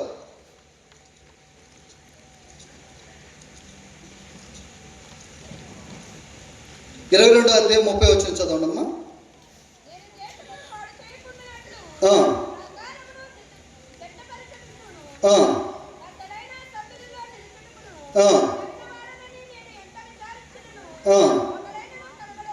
మనం ఎక్కడ నిలిచి ఉండాలంటే యేసు ప్రభు పాదాల వద్ద. ఎక్కడ ఉండాలంటే యేసు ప్రభు పాదాల వద్ద రక్షణలో నిలిచి ఉండడం నేర్చుకోవాలి మొట్టమొదటిది. రెండవదిగా ఎక్కడ ఉండాలంటే బద్దలైన బండ సందుల్లో ఉండడం నేర్చుకుందాం ప్రియులారా. బద్దలైన బండ సందులు అంటే ఏవో కాదు, యేసు ప్రభు గురించి ఎరగని వారు, శిక్షకు నాశనానికి జోగుతున్న వారి కొరకు నువ్వు నేను మోకాళ్ళ మీద ఏడవడం నేర్చుకోవాలి. ఈరోజు ఒక మాట చెప్పనా, అబ్రహాంకి పిల్లలు లేరు, 25 సంవత్సరాల పిల్లలు లేరు. అబ్రహాం తన గురించి ఏడవడం కంటే కూడా బైబిల్ చెప్తుంది, సొదొమ గొమొర్రాలో ఉన్నటువంటి తన బంధువుల గురించి ఎక్కువ ఏడవడం ఆయన నేర్చుకుంటూ వచ్చాడు. అర్థమవుతుందా? తన బిడ్డల కంటే కూడా సొదొమ గొమొర్రా అది నాశనం అవుతుంది, అక్కడ నా బంధువులు ఉన్నారు, అది కాలిపోతే నా బంధువులు కూడా నాశనం అవుతారని చెప్పి వాళ్ళ కోసం ఎక్కువ ఏడవడం మొదలు పెట్టాడు. బద్దలైన బండు సందులు నిలవడం అంటే ఏదో కాదు, నాశనానికి జోగుతున్న మన బంధువుల విషయంలో మనం ఏం చేస్తున్నాం? ఈరోజు ప్రార్థన చేస్తున్నామా? విజ్ఞాపన చేస్తున్నామా? నీ రక్త సంబంధికులు ప్రతి ఒక్కరు రక్షణ పొందాలి. అందుకే అంటది అయ్యా మీరు వచ్చినప్పుడు నా ఇంటిని జ్ఞాపకం చేసుకొని చెప్పి ఎర్రదారం తిప్పింది ఆమె రాహాబు ఇంటి వారందరూ రక్షణ పొందారు. ఆ రోజు శతాధిపతి ఇంటి వారందరూ రక్షణ పొందారు. కొర్నేలి ఇంటి వారందరూ రక్షణ పొందారు. యెహోషువ ఇంటి వారందరూ రక్షణ పొందారు. ఇంకా నీ ఇంటి వారిలో ఎవరైనా రక్షణ పొందలేదేమో. ఈరోజు నువ్వు బద్దలైన బండ సందులు నిలవగలవా? వాళ్ళ కోసం నువ్వు మోకరించి ప్రార్థన చేయగలవా? పౌలు రోమిలికి రాసిన పత్రికలు అంటాడు, నా స్వజనుల రక్షణ పొందాలని నేను తీవ్రమైన ఆశ కలిగి ఉన్నాను అంటాడు. ప్రియులారా, నిజంగా యేసు ప్రభు రాకడొస్తే మన బంధువులు ఎక్కడుంటారు?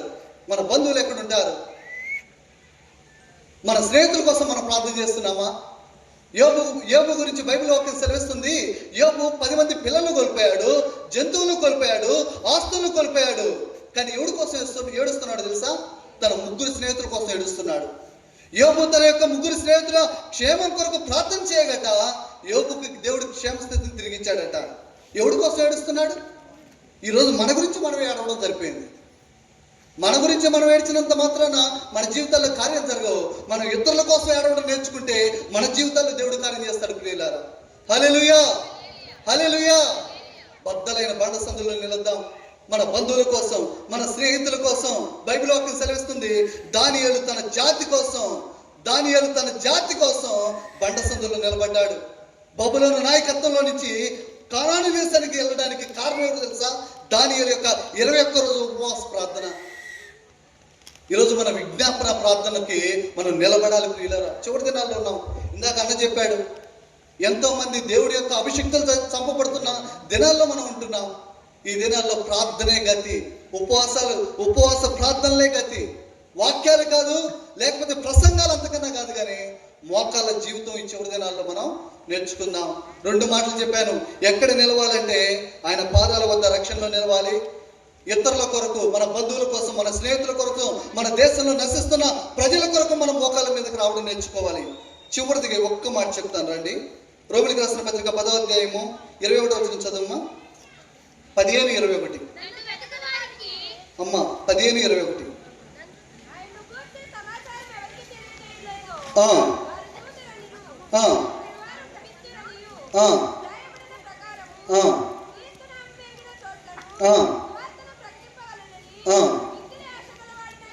నువ్వు క్రైస్తవుడు అయితే ఆగండమ్మా. మీరు క్రైస్తవులు అయితే, యేసుప్రభు నమ్మిన వాళ్ళైతే మొట్టమొదటి మెట్టు నువ్వు నిలవాల్సిన ప్లేస్ ఏదంటే రక్షణ. నువ్వు రక్షణ పొందింది ఇతరుల రక్షణలోకి తీసుకురావడానికి, కాబట్టి నువ్వు విజ్ఞాపన చేయాలి. రెండవ మెట్టు. మూడవ మెట్టు ఏంటంటే క్రీస్తు నామం ఎరగని అన్య ప్రజల కోసం నువ్వేం చేయాలి తెలుసా? సువార్తను ప్రకటించాలి. ఎక్కడ ప్రకటించాలా? ప్రకటించిన చోటైనా? విచిత్రం ఏంటంటే ప్రకటించిన చోటే ప్రకటించుకుంటున్నాం. బాప్తీసాలు ఇచ్చిన వాళ్ళకే బాప్తీసాలు ఇచ్చుకుంటున్నాం. బైబిల్ తెలిసిన వాళ్ళకే బోధించుకుంటున్నాం. ఆస్వాల్డ్ జేస్మిత్ ఎలా అంటాడు ఒక మాట, ఒక్కసారి సువార్త విన్న నీవు రెండోసారి సువార్త వినడానికి అర్హత లేదంటాడు. ఎందుకో తెలుసా? ఒక్కసారి కూడా సువార్త వినని సగం ప్రపంచంగా ఉందంటాడు ఆయన. అర్థమవుతుందని అన్నమాట. నా కాడ ఇంత బిర్యానీ ఉందమ్మా, మీకు బాగా ఆకలి అవుతుంది, ఒకసారి పెట్టినా పేగల్దాకా తినేశారు, ఇంకా నా అక్కడ బిర్యానీ ఉంది, అటుపక్క చాలా మంది ఆకలితో అలమటిస్తున్నారు. ఈ బిర్యానీ ఎవరికి పెట్టడం న్యాయం చెప్పండి? మీకేనా? మరి మీరే తింటున్నారు ఈరోజు కూడా. ఆకలితో అలమటించి చచ్చేవాళ్ళు బోల్డ్ మంది ఉన్నారు, కానీ ఇంకా మీరే తిని మీకు ఎక్కసం అయిపోయి నిద్రలో చేస్తున్నాయి ఒక్కొక్కడికి. ఈ సువార్త అందరికి చాలా మంది నశిస్తున్నారు ప్రియులారా. క్రీస్తు నామం ఎరగని చోట్ల అన్నాడు పౌలు. మీ ఎర్రటంచు బైబిల్ కానీ చూస్తే ఒక మాట ఉంటుంది, ఇటలీలో ఆ చివరు ఉంటుంది ఇల్లూరికా అనే మాట. అదే అధ్యాయంలో పైన 20వ వచనంలో ఉంటుంది ఆ మాట. యెరూషలేం మొదలుకొని ఇల్లూరికా వరకు ఉన్నటువంటి ఆ ప్రాంతమంతా సువార్త నేను ప్రకటించితేనే అంటాడు. క్రీస్తు నామం ఎరగని చోట్లంతట్లోనే ప్రకటించానంటాడు. పౌలు ఎక్కడ నిలబడడానికి సిద్ధపడ్డాడు తెలుసా? క్రీస్తు నామం ఎరగని చోట్ల నిలబడడానికి సిద్ధమవుతున్నాడు. నువ్వు రెడీ అని ఈరోజు ఇక్కడ కూర్చున్న చాలా మందికి పిలుపు ఉంది తెలుసా?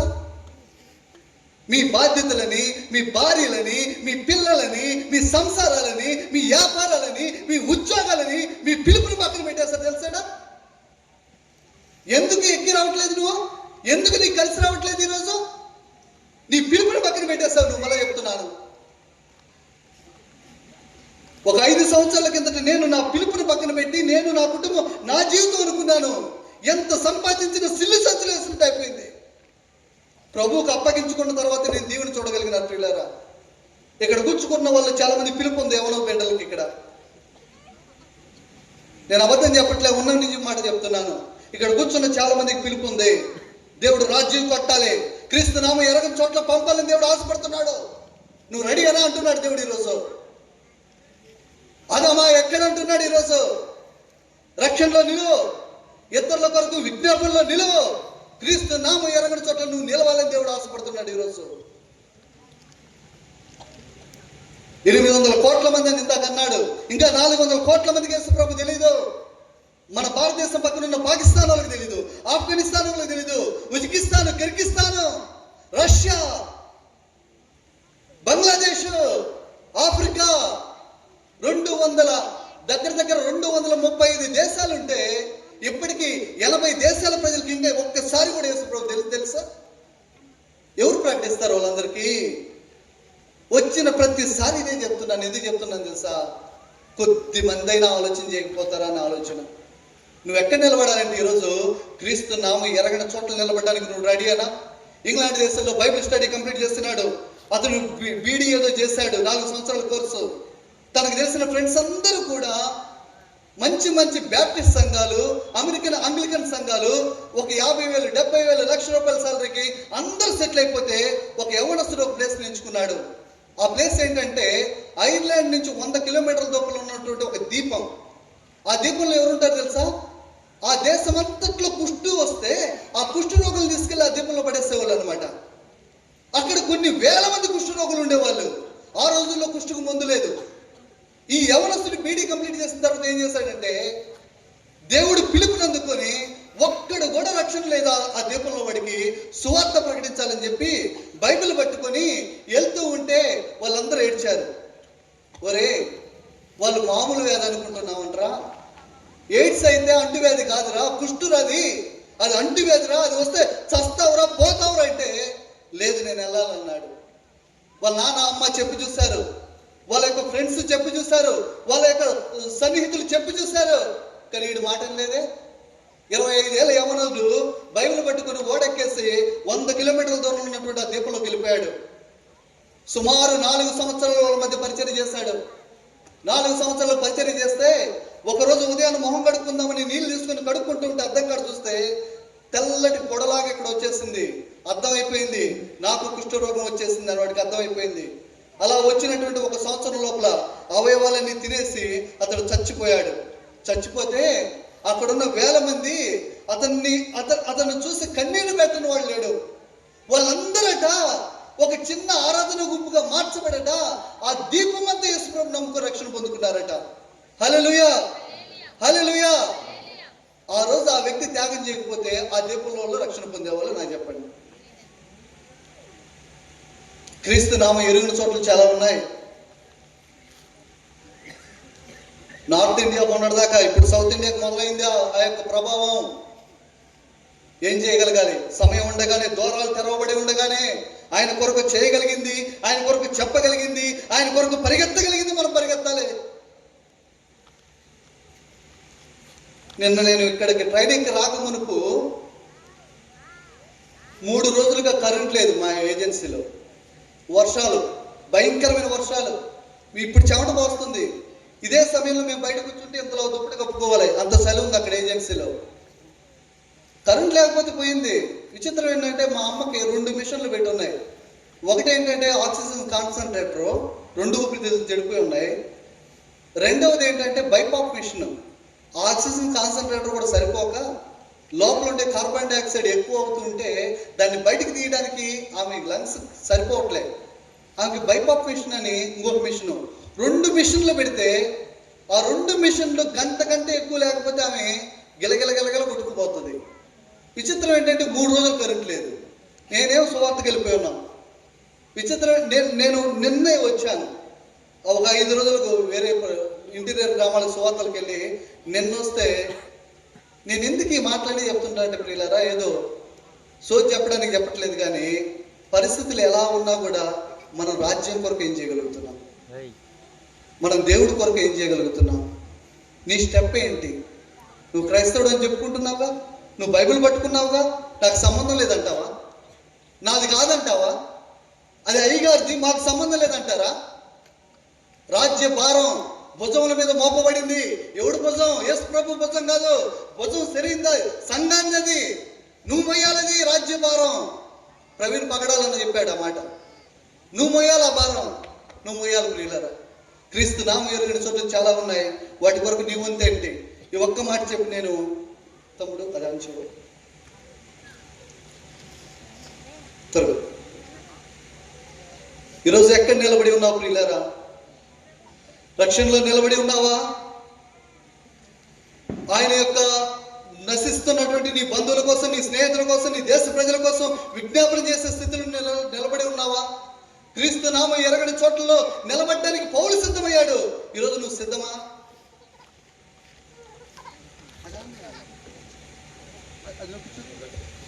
ప్రొజెక్టర్ వ్యక్తి త్వరగా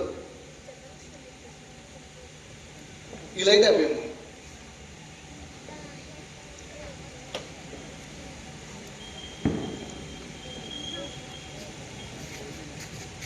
ప్రొజెక్టర్ వ్యక్తి త్వరగా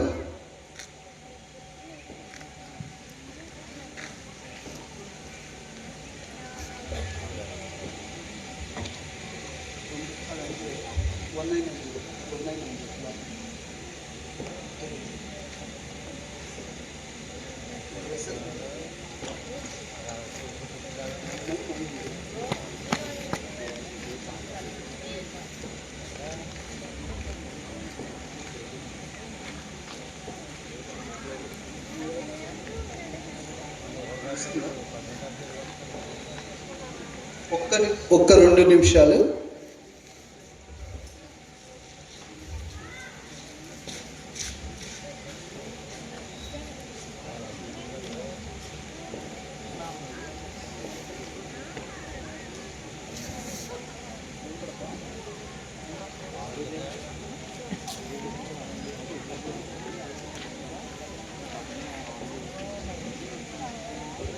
ప్రియులారా, 3 విషయాలు చెప్పాను. మనం దూరంగా వెళ్ళాల్సింది లోకాకర్షణలు, ధనము, అధికారము.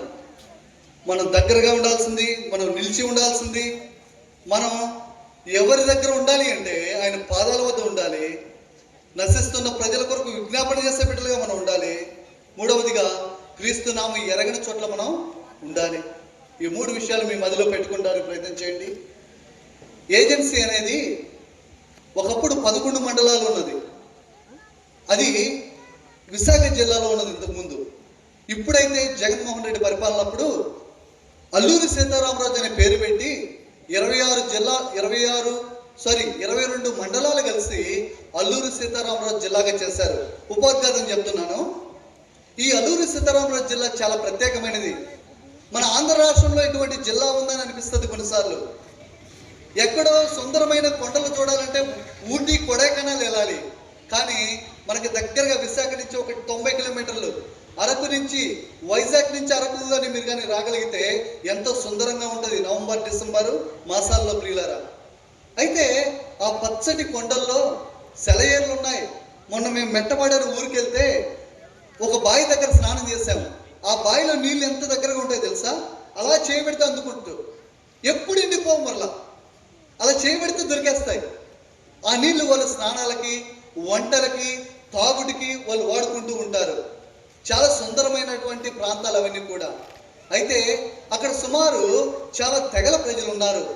వారందరూ కూడా ఆదివాసీలే కానీ వాళ్ళలో కూడా చాలా తెగలు ఉన్నారు. అక్కడ కూడా క్యాస్ట్ సిస్టమ్ ఉంది. ఇక్కడ మనలో కింద మీద అన్నట్టుగా, ఎక్కువ తక్కువ అన్నట్టుగా వాళ్ళలో ఉన్న తెగల్లో కూడా ఎక్కువ తక్కువలు ఉన్నాయి. అందులో హైయర్ క్యాస్ట్ ఏదంటే భగత, ఆ తర్వాత కొండదొర, ఆ తర్వాత నోకదొర, ఆ తర్వాత కువివారు, ఆ తర్వాత కొట్టియాలు, ఇలా చెప్పుకుంటూ పోతే ఒక 7-8 తెగల ప్రజలు అక్కడ మనకు కనిపిస్తారు. అల్లూరి సీతారామరాజు జిల్లా అంతా ప్రజల సంఖ్య ఎంత అంటే 9,50,000 మంది ప్రజలు ఉన్నారు అక్కడ. ఎన్ని గ్రామాలు ఉన్నాయంటే 4,000 గ్రామాలు ఉన్నాయి దగ్గరగా. చాలా చక్కటటువంటి ప్రాంతం అదంతా కూడా. సరే, ఇప్పుడు నేను చూపించేటువంటి ఒక విషయం ఏంటంటే, ఒక 3 సంవత్సరాల కిందట ఒక ప్రాంతానికి వెళ్ళాము. అక్కడ ఉన్నటువంటి పిల్లల్ని సండే స్కూల్ లాగా చిన్నది కథలు చెప్తాను రాండి అంటే, వచ్చిన పిల్లల్లో ఒక 70% మంది పిల్లలకి బట్టలే లేకుండా వచ్చేసారు. ఏంటమ్మా బట్టలు వేసి కదా పంపించాలంటే వాళ్ళు అన్నారు, మాకు బట్టలు లేవే అన్నారు. అదేందమ్మా బట్టలు లేకుండా ఉంటారు, విచిత్రంగా చెప్తారంటే, ఈ పిల్లలు కదయ్యా వాళ్ళకి ఏమయ్యా అంటే వదిలేస్తామయ్యా అంటున్నారు వాళ్ళు. ప్రియులారా, ఈరోజు మనం చిన్నపిల్లలకి ఎన్ని చడ్డీలు, ఎన్ని చొక్కాలు, ఎంత ముచ్చటపడి కొనిపించుకుంటాం. ఎన్ని బట్టలు ఉంటాయో. ఈడు 1 సంవత్సరం వచ్చేసరికి అవి పట్టవు. అవి తీసి పక్కనైనా బయటైనా పడేస్తాం. కానీ ఇలాంటి బిడ్డలకు మనం ఎందుకు దానం చేయకూడదు? నిజంగా ఆ పాపను చూసినప్పుడు చాలా బాధ వేసింది. నిక్కర కూడా లేదు ఆ పాపకి, తెలుసా? నిక్కర కూడా లేదు. వాళ్ళ అమ్మ ఏమంటే లేదంటున్నాడు. ఇది గూడెం ప్రాంతం నుంచి ఒక 30 కిలోమీటర్ల దూరంలో కొండ చెత్త అనేటువంటి ఒక ఊరు అన్నమాట. వరుసగా 7 ఇల్లులు ఉంటాయి. ఆ 7 ఒకే ఇంట్లో 7 కుటుంబాలు ఉంటాయన్నమాట. సుమారు 35 మంది ఒకే ఇంట్లో ఉంటారు. ఈ పిల్ల అన్నమాట. బట్టలు లేని పరిస్థితి అన్నమాట. చూడండి, ఇంకా ఇంకొకటి చూపిస్తాను.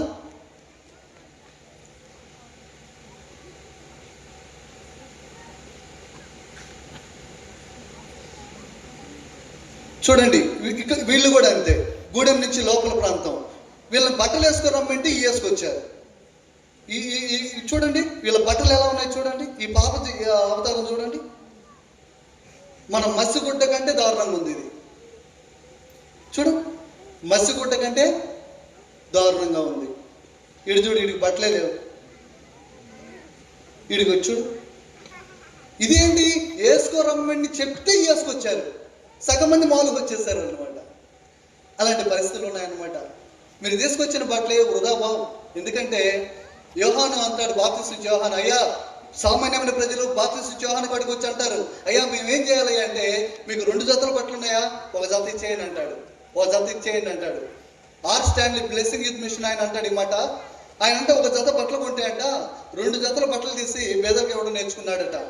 అది చదివిన తర్వాత నేను కూడా ఒక తీర్మానం తీసుకున్నా, 2 ఇవ్వలేను కానీ కనీసం ఒక జతను ఇస్తాను ప్రభా, 2 ఒకటి కానీ కొనుక్కుంటే ఒకటి ఇస్తానని తీర్మానం చేసుకున్నాను. ఈరోజు మీరు ఎందుకు తీర్మానం తీసుకోకూడదు? ఎన్ని బట్టలు లేవు మన ఇళ్ళల్లో. ఇలాంటి వాళ్ళ కోసం మనం ఏమాత్రం చేయగలము? ప్రియులారా, ఆలోచన చేయండి. మనం ఇచ్చే ప్రతి బట్ట అక్కడ చలి మామూలు విషయం కాదు. ఇక్కడైనా బట్టలు లేకుండా హ్యాపీగా ఎక్కడైనా పడుకోవచ్చు, అక్కడ అలా కాదు. ఎముకల కొరికే చలి అక్కడ ఉందన్నమాట. కాబట్టి ఆలోచన చేద్దాం. వీళ్ళ యొక్క బట్టల విషయంలో మీరు చేస్తున్న ఆ ప్రయత్నం చాలా గొప్పది. రెండవదిగా చూడండి, ఇక్కడ ఇది మైనకోట అనేటువంటి ఒక ప్రాంతం అన్నమాట. ఈ వ్యక్తి 2 సంవత్సరాల కిందట చంపబడ్డాడు. ఒక ఇన్ఫార్మర్ అని నక్సల్స్ ఇతను చంపేశారనమాట. ఈ ప్రాంతం అంతా మేము వెళ్ళి, ఈ ప్రాంతం అంతా భయంకరమైన నక్సల్స్ ఏరియా. ఇతను ఉన్నాడా ఈ పిక్చర్ల వ్యక్తి? 12 సంవత్సరాల దళంలో ఉన్న వ్యక్తి, నక్సలైట్గా ఉండి మారు మనసు పొంది ప్రభులోకి వచ్చిన వ్యక్తి. ఈ వ్యక్తి ఉన్నాడు చూడండి, మద్దిగర్ అనే ప్రాంతానికి చెందిన వ్యక్తి. ఇతను కూడా 2 సంవత్సరాల దళంలో ఉండి వచ్చాడు. వీళ్ళంతా ఈరోజు పాస్టర్లు ఈ దేవుని రాజ్యాన్ని కడుతున్నారు. ఎందుకు ఈ మాట చెప్తున్నా అంటే, ఈ గ్రామంలో కనీసం పారాసిటమాల్ టాబ్లెట్ కూడా అందరూ తెలుసా? జ్వరంతో చచ్చిపోయే వాళ్ళు ఉన్నారు ఈ గ్రామంలో తెలుసా? ఒక్క పారాసిటమాల్ టాబ్లెట్ ఉంటే వాడు వేసుకుంటాం బతకద్ది, కానీ పారాసిటమాల్ టాబ్లెట్ కూడా అందని గ్రామాలు ఈ గ్రామాలు. ఎందుకంటే ఆశా వర్కర్లు ఎవరు, ఏఎన్ఎంలు ఎక్కడికి వెళ్ళరు. ఎందుకంటే ఆ ఊరికి వెళ్ళాలంటే 18 కిలోమీటర్లు నడవాలి. ఎన్ని కిలోమీటర్లు? 18 కిలోమీటర్లు నడిస్తే కానీ ఈ ఊర్లో ఉన్న ప్రజలు రీచ్ కాలేరు. మీరు అనొచ్చు, ఎందుకు సార్ వాళ్ళు అంత లోపల ఉండిపోయారు, రోడ్ సైడ్కి వస్తే హ్యాపీగా ఉండొచ్చు కదని మీరు అనొచ్చు. కానీ వాళ్ళ తాతల నుంచి వస్తున్నటువంటి ఆనవాయితీ, వాళ్ళ తాతలు ఎక్కడైతే దిగారో ఆ ప్రాంతం నుంచి వాళ్ళు ₹1,00,00,000 ఇచ్చినా, డూప్లెక్స్ ఇల్లు కట్టిస్తే వచ్చినా కూడా వాళ్ళు బయటికి రారన్నమాట. వాళ్ళ మైండ్ సెట్లు అలా ఉంటాయన్నమాట. కాబట్టి వీళ్ళ కోసం మనం ఏమన్నా చేయగలమంటే మెడిసిన్, ఒక పారాసిటమాల్ టాబ్లెట్. విరోచనాలతో చచ్చిపోయిన పిల్లలు ఉన్నారమ్మా ఇక్కడ. పుట్టిన 1 ఇయర్ లోపల వాళ్ళకి నీళ్లు లేవు సరిగా. ఆ గడ్డలో నీళ్లు సరిగా వేడి చేసుకొని తాగేది కూడా వాళ్ళకి తెలీదు. ఆ నీళ్లు పట్టేస్తారు, ఈ తల్లులు తాగుతారు, అలా జలుబులు చేసి నెమ్ము చేసేసి చచ్చిపోయిన వాళ్ళు బోల్డ్ మంది ఉన్నారు. నేను పరిచయం చేస్తున్న గ్రామంలో కూడా 3 చచ్చిపోయారు. నెమ్ము ఎక్కువయ్యి, ఆయాసం ఎక్కువయ్యి వాళ్ళు ఒక మాట అంటారు, మా ఒడికి గుండె సరిపోయిందయ్యా, వేడి నీళ్ళు కాపితే సరిపోతాయి అంటారు. ఎంత కాపితే? లోపల గుండెల నిండా ఇన్ఫెక్షన్ పెడితే 7 నీళ్ళు కాపితే తగ్గిపోద్దా? అంటే ఇలాంటి అనాగరికమైన పరిస్థితులు ఇంకా ఉన్నాయంటే మీరు అర్థం చేసుకోండి. మెడిసిన్ అక్కడ ఉన్న పరిస్థితి, బట్టలు అవసరం ఉంది, ప్రార్థన చేయండి. మెడిసిన్ అవసరం ఉంది, ప్రార్థన చేయండి. చూడండి, మేము వెళ్ళిన ప్రతి చోట కూడా ఇలా మెడిసిన్, పాస్టర్లు అందరం కూడా, వీళ్ళు ఎవరు డాక్టర్లు కాదు, నర్సులు కాదు, ఏఎన్ఎంలు కాదు, సామాన్యమైన పాస్టర్లమే. మాకున్న జ్ఞానంతో వాళ్ళకున్నటువంటి రోగాలకి చిన్న ప్రయత్నం అన్నమాట. చూడండి, ఇంకొక వ్యక్తిని చూపిస్తాను ఇక్కడ. ఎలా ఉన్నాడు ఇతను? మీ ఆలోచన చెప్పండి, ఎలా ఉన్నాడు అతను? ఎంత వయసు ఉండొచ్చు అతనికి చెప్పండి? 1, 2 ఏళ్ళ, 3 ఏళ్ళ, 5 ఏళ్ళ, 22 ఏళ్ళు అడిగి. ఎంత? అరకు వ్యాలీ నుంచి ఒక 15-20 కిలోమీటర్లు అనమాట. కోరాపుట్టికి ముంచిపుట్టికి మధ్య, ఒరిస్సాకి ఆంధ్రాకి మధ్య ఏఓబి బార్డర్లో ఉంటాడు ఈ పిల్లవాడు. ఆ ఊరి పేరు నాకు గుర్తు రావట్లేదు, కానీ ఆ ఊర్లో ఇతను పెద్ద స్వామీజీ అనమాట. ఇతను ఎవరైనా పెద్ద స్వామీజీ. కొంతమంది పాస్టర్లు చూడంగానే అర్థమైపోయింది వాళ్ళు పెద్ద దురాత్మ ఉందని. ఏమరయ్యా నువ్వు ఎలా ఉంటే చచ్చిపోతావురా? చూడండి, వీడికి ఎముకలు గూడు తప్ప ఏమి లేదనమాట. అన్ని ఎముకలు కనిపిస్తున్నాయి. ఒంట్లో ఎన్ని ఎముకలు ఉంటాయి, అన్ని ఎముకలు బయటకు కనిపిస్తున్నాయి. అయ్యా ప్రార్థన చేస్తాం, నీలో ఉండే చీకటి అది కాదు పోతే మీ జీవితాలు బాగుపడతాయంటే ఒప్పుకోడే. మీరైతే నాకు ప్రార్థన చేసేది, ఈ ప్రాంతంలో నేను దేవుణ్ణి అంటున్నాడు. అర్థమవుతుందా? 22 ఏళ్ళ వ్యక్తి అక్కడ స్వామీజీ అయిపోయిన పరిస్థితి. ఎంత మూఢనమ్మకం. వీళ్ళ నాన్నగారు ఉన్నారు ఇక్కడ, ఆయన కూడా గురూజీ. ఈయన చుట్టుపక్కల గ్రామాలకు వెళ్ళి వాళ్ళందరూ తోడుకొస్తాడు. మా కొడుకు దేవుడు, మీరు రాండి, టెంకాయలు తేండి, డబ్బులు తేండి, ఊదొత్తులు తేండి అని చెప్పి అందరినీ బలవంతం చేసి తీసుకొస్తాడు. ఆ ప్రాంతంలో అతను ఒక దేవుడు అయిపోయినాడు అక్కడ. చూడండి, ఇటువంటి అనాగరికమైన పరిస్థితులు ఉన్నాయి. ఇంకొకటి జ్ఞాపకం చేస్తాను. చూడండి, ఈ కాలు చూడండి ఒకసారి ఎలా ఉంది. ఒకసారి మేము ఉండేటువంటి ఉక్కంపేట నుంచి ఒరిస్సా 22 కిలోమీటర్లు. ఒరిస్సాలో ఒక గ్రామానికి సువార్త వెళ్తుంటే నేను ఒక ఫ్రెండ్ ఉన్నాడు జోసఫ్ అని. ఒక 14 కిలోమీటర్లు వెళ్ళంగానే దేవుడు ఆగమంటున్నాడు. మాకు అర్థం కాలే. అక్కడ ఉన్న పశువుల కాపర్లు అడిగాము, ఇక్కడ ఏదైనా ఊరు ఉందయ్యా అంటే వాళ్ళు అంటున్నారు ఒక ఊరు ఉంది, ఆ ఊర్లో 4 కుటుంబాలు ఉన్నాయన్నాడు. నేను జోసఫ్తో అన్నాను, ఒక్కసారి ఆ ఊరికి వెళ్ళొద్దాము. వెళ్తే ఒక ఇంట్లో ఈ వ్యక్తి పడున్నాడు. ఈ వ్యక్తి కాలు ఎలా అయిపోయిందంటే చూడండి, మోకాలు మొదలుకొని చివరి వరకు పురుగులు పట్టి ఉన్నాయి. ఊదు పిల్లలకిచ్చి కడ్డీలు వెలిగించి అక్కడ కూర్చుంది. వాళ్ళ భార్య అంటుంది, ఏమమ్మా ఈమెను అలా వదిలేశారంటే, అయ్యా వీళ్ళ తమ్ముడికి కూడా ఇలాగే చేతబడి చేశారు, ఇలాగే కాలు పాచిపట్టింది, ఇలాగే కాలు పాచిపెట్టి సెప్టిక్ అయింది, అలాగే చచ్చిపోయినాడయ్యా. అదే శాపం వీళ్ళందరూ మా ఆయనకు కూడా చేశారయ్యా. వీడు ఇంకా చచ్చిపోతాడయ్యా, వీడు బతకడయ్యా అంటుందా. ఓమ్మ పిచ్చిదానా, చేతబడి లేదు, దెయ్యాలు లేదు, అది సెప్టిక్ అయింది అని చెప్పి దగ్గరుండి ఆమె కౌన్సిలింగ్ చేసి అప్పటికప్పుడు పాడేరు అంబులెన్స్ని పిలిస్తే అంబులెన్స్లో తీసుకొని పాడేరు హాస్పిటల్కి తీసుకెళ్ళాము. వాళ్ళు చూడంగానే ఒకటే మాట్లాడారు, మా వల్ల కదా వైజాగ్ తీసుకెళ్ళండి, ఆ కాడ డబ్బులు లేవు, మా పరిస్థితి అంతంత మాత్రమే, ఇప్పుడు ఏం చేయాలి వాడిని వదిలేయాలా. మొత్తానికి ప్రార్థన చేస్తే దేవుడు కొద్ది డబ్బు సమకూర్చాడు. నేను జోసఫ్ అనే వ్యక్తిని తను తీసుకొని కేజీహెచ్ హాస్పిటల్కి తీసుకెళ్ళి 1 నెల రోజులు ఆయన బెడ్కాడు ఉన్నాం. ప్రియులారా, 1 నెల రోజులు బెడ్కాడు ఉంటే 8 ప్యాకెట్లు బ్లడ్ కావాల్సి వచ్చింది. ఈ తొడ దగ్గర ఉన్న చర్మాన్ని తీసి దీన్ని కప్పేశారు. ఏ విధంగా అలా కప్పేసినటువంటి మరొక నెలకి ఇది పూర్తిగా మారిపోయి ఈరోజు కామయ్యపేట అనేటువంటి ఊర్లో సంఘానికి వెళ్తూ మొట్టమొదటి విశ్వాసగా ఉన్నాడు. హల్లెలూయా, హల్లెలూయా. ఎందుకు ఈ మాటలు చెప్తున్నా అంటే వాళ్ళ మూఢనమ్మకాలు ఎలా ఉన్నాయి చూడండి. చచ్చిపోతాడే మా ఆయన, గంటం ద్వారా మర్రి కామరాజు, అల్లూరి సీతారామరాజు, వీళ్ళు ముగ్గురు అప్పట్లో స్వతంత్ర పోరాట యోధులు. ఈ కామరాజు ఎవరో తెలుసా? ఆ కామయ్య అనేటువంటి వాడి మునిమనుడు అనమాట. ఈయన పేరు కూడా మర్రి కామరాజు ఈయన పేరు. ఎంత మూఢనమ్మకాలు ఉన్నారు. కాబట్టి వీళ్ళ యొక్క మూఢత్వం కోసం మనం ప్రార్థన చేయాలి. ఇంకొకటి జ్ఞాపకం చేస్తాం చూడండి. ఈరోజు నేను వెళ్తున్నటువంటి పరిచర్య చేస్తున్న గ్రామం అన్నమాట. ఈ పేరు మర్రి గాసమ్మ. ఈ వయసు ఎంత ఉంటుంది?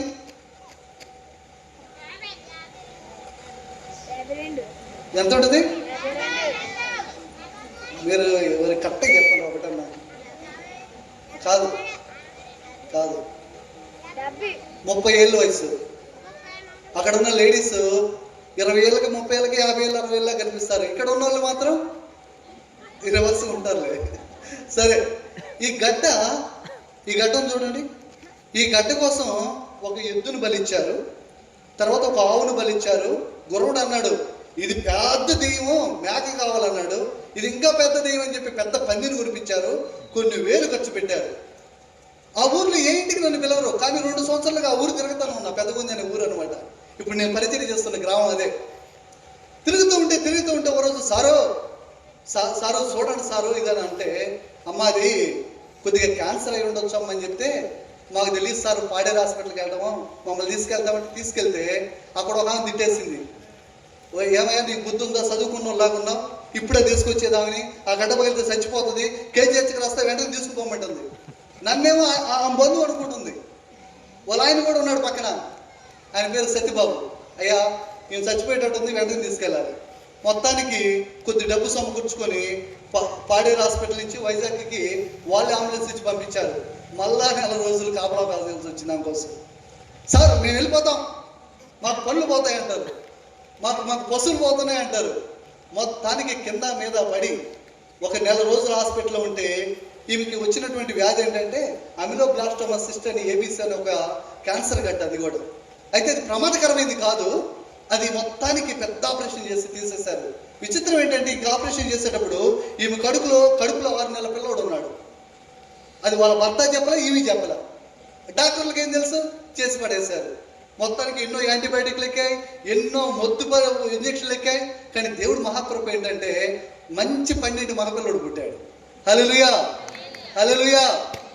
ఈరోజు పెద్దగుంది అనే ఊర్లో నాకు దొరికిన విశ్వాసం ఇది. మొట్టమొదటి విశ్వాసం ఎవరన్నా పెద్దగుందిలో నాకు దొరికిందంటే ఈమె. ఇంకా ఎవరు మారలేదు, రేపు ఒకటే నాకు దొరికింది ఇప్పటికి. కాబట్టి దీని గురించి మీరు ప్రార్థన అంటే ఎటువంటి మత్తులో, అమాయకత్వంలో ఆ యొక్క గురవల్ల చేతిలో మొక్కుతున్నారో మీకు అర్థం కావడానికి అని చెప్తున్నాను. సరే, ఒక్క మాట చెప్పి నేను ముగిస్తాను. ఏం చెట్లో కనిపెట్టండి.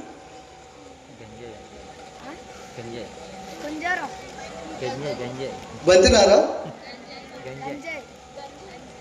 కొత్తిమీర. నేను వెళ్తున్న ఊర్లో ఒకడు తట్ట మీద పెట్టుకుని పోతా ఉన్నాడు. యాడికి రయ్యా అంటే తోటలో నాటుకోండి సార్ అంటారు. ఎంత వస్తుందా అంటే వస్తుంది సార్, బాగానే వస్తుంది అన్నాడు. ఈ నారు నాటితే చాలు 5 లక్షల ఆదాయం వస్తుంది. ఎంత? ఒక్క కాపుకి, ఒక్క పంటకి. చూస్తారా అసలైంది?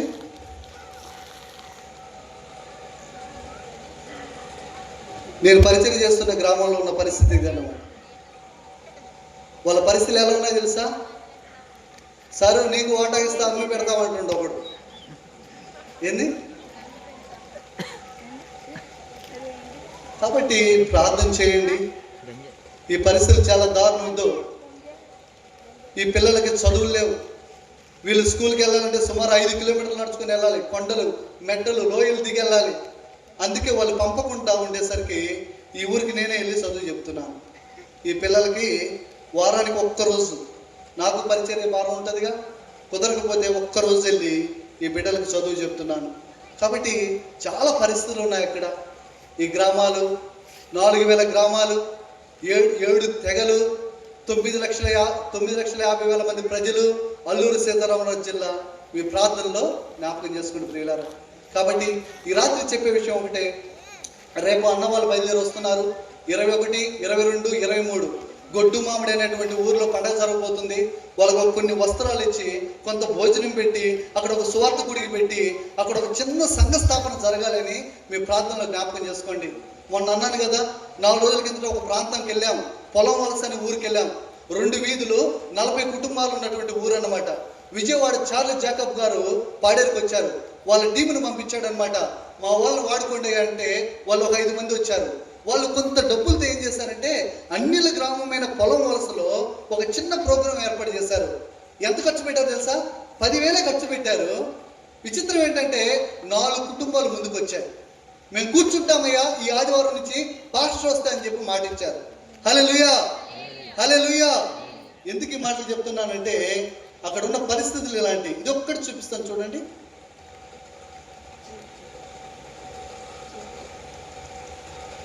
ఏంటిది?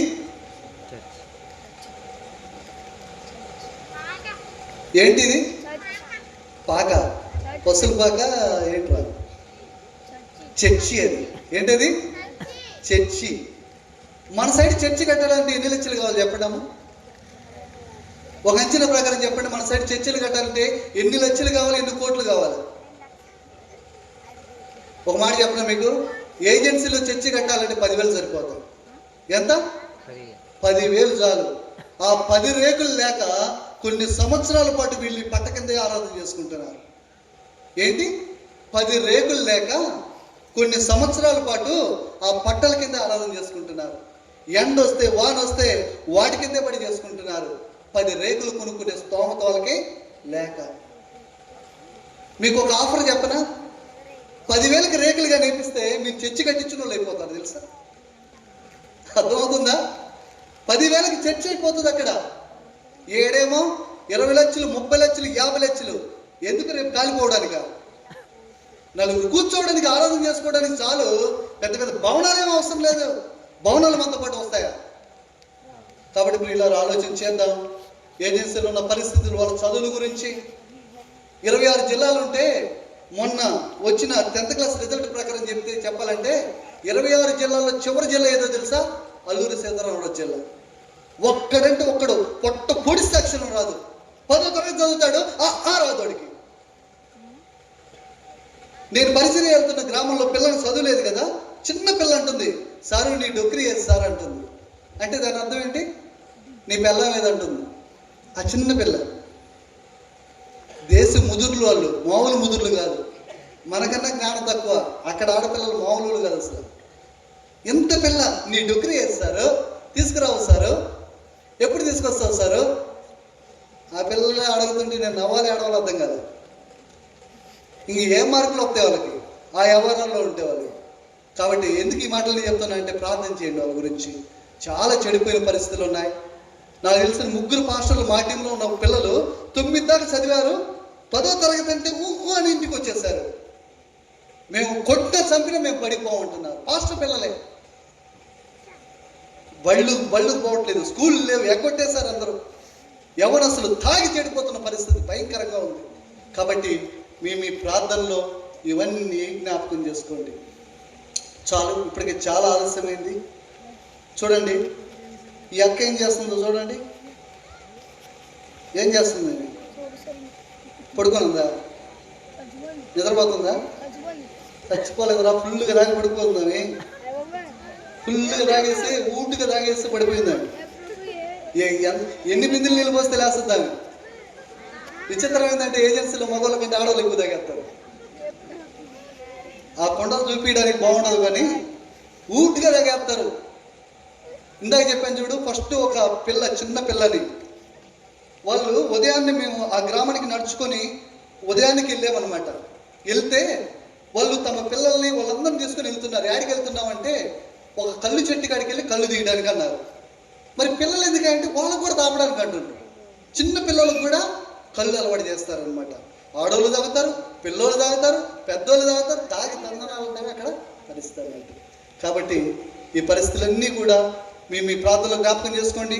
దేవుడి చిత్తమైతే 21, 22, 23 రాగలిగితే రాండి. ఏజెన్సీ ప్రాంతానికి రాండి. మిషన్ ఫీల్డ్ చూడండి. ఆ ప్రాంతాల్లో అక్కడున్న పరిస్థితులు, వాళ్ళ జీవన విధానం, దేవుడి కొరకు మనం ఏదైనా చేయాలని ఒక ఆశ కలుగుతుంది. ఇది ఒక ఏజెన్సీ ఇదే కదమ్మా. ఇక్కడ కేవలం 9 లక్షల మందే. మనం ఇంకా నార్త్ ఇండియాకి వెళ్తే మన భారతదేశంలో దగ్గరగా 11 కోట్ల మంది ఆదివాసులు ఉన్నారు.